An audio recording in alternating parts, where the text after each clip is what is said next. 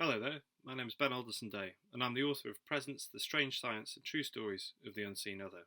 This book came out just this week in the UK. It's coming out in the US next week, and I'm doing this video to try and tell you, booksellers, A, that you're awesome, and B, that I want you to buy lots of my book. I used to work in bookshops. It was actually my first job was to be a temporary Sunday bookseller for Waterstones.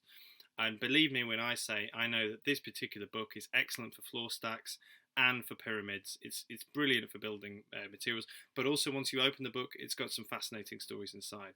So I'm a psychologist. I work for Durham University, and I specialise in the study of psychosis and hallucinations. For about 10 years in Durham, I was part of a project called Hearing the Voice, which was about understanding what it's like to hear voices that other people can't hear. And through doing research on that project, I began to talk to people who started talking about something really strange, voices that could be there even when they weren't speaking. So it was almost like they had a sense of presence on their own. But a silent voice, that idea of a voice that could be there even without speaking, was to me a paradox. It was something that we didn't have the right theories for, didn't have the right ideas for. And what I set out to do was try and understand that a bit more. So both conducting academic research and eventually ending up with this book, I collected a whole bunch of stories about what it's like when you have that feeling that somebody's there, even though you can't see them and you can't hear them.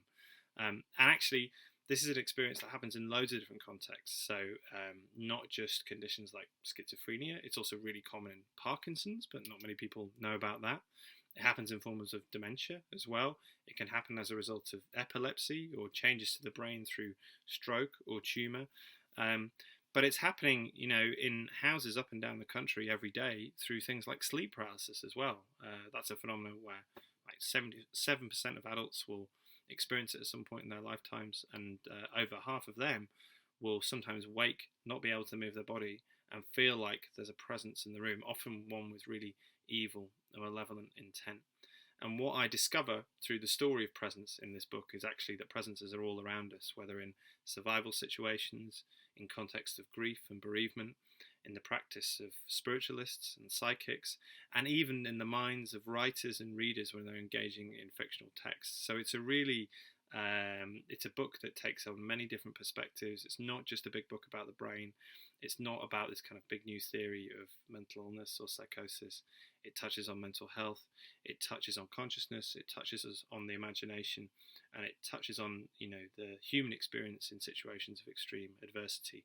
There's even a complete review of what happened to Ernest Shackleton and his two companions when they crossed South Georgia, and famously felt that they had a fourth companion with them at the end of the endurance expedition. So yeah, it's a book that goes off in lots of different directions and brings it back into a coherent whole, and essentially shows that the story of presence of this kind of phantom other is actually a story about how we build the sense of ourselves. So if that sounds interesting, please do order it, not least because it's really good for floor stacks. Okay, see ya.